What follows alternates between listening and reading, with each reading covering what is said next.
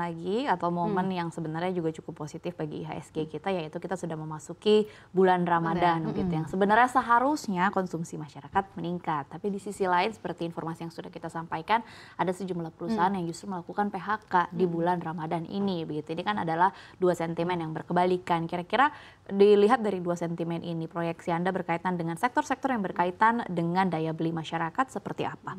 Kalau kita lihat sebenarnya kita perlu sambut positif adalah kemarin ada rencana diskon ya, diskon pesawat, diskon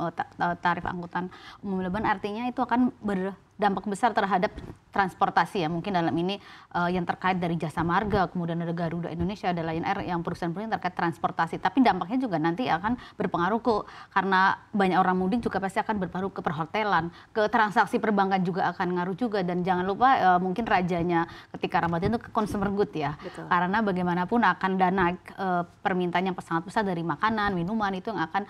kita harapkan semoga tetap kencang ya, walaupun sebenarnya mungkin agak dikhawatirkan permintaan baju ini dalam 2 lebaran mulai susut ya.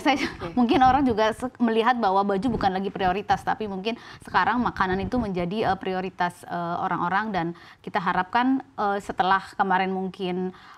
terlalu kita banyak terimbas oleh pelemahan daya beli ya, semoga lebaran tahun ini mulai bangkit ya, walaupun kita kemarin lihat deflasi ya 2 bulan dan secara on year itu deflasi itu agak mengkhawatirkan, tapi semoga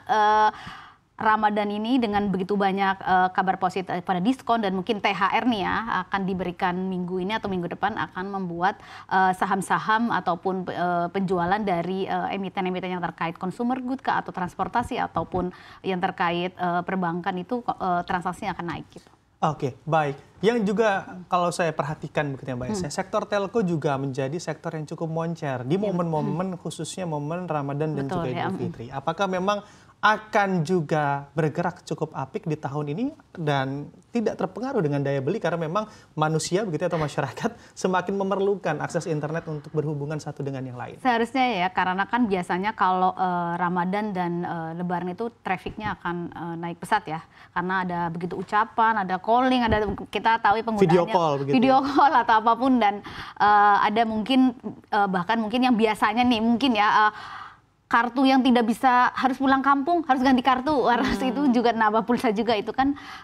berpengaruh juga ya, misalnya harus kerja nih WFH di kampungnya ya, atau di luar kotanya yang tidak ada akses cukup atau harus menambah data lagi, pembelian data, jadi itu juga akan berdampak terhadap penggunaan dari telco ya, data-data dari telco sendiri. Oke, baik. Ada satu lagi sentimen yang juga sebenarnya bisa dikatakan positif begitu bagi pasar kita, yaitu di mana manufaktur China sudah dinyatakan secara data pulih, dan juga China juga diproyeksikan ekonominya tumbuh 5% untuk tahun ini. Setelah sekian lama kita menunggu begitu ya pemulihan dari China akibat COVID-19, akhirnya sudah ada tanda-tanda pemulihan ekonomi dari China. Nah, apakah ada potensi atau sinyal bahwa komoditas kita juga akan tersengat sentimen positif ini? Yang harus diapresiasi mungkin dalam 2 hari terakhir, batu bara nih ya sudah mulai naik setelah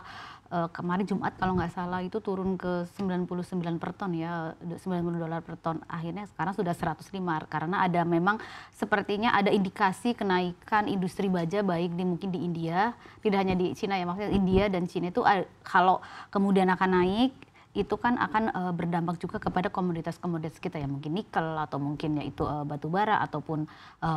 sawit ya, karena mereka butuh bahan bakar ya, dan kita berharap sih semoga Cina jangan lesu lagi, karena Cina itu kan motor utama di Asia ya, kalau motornya ngadat itu agak susah juga ya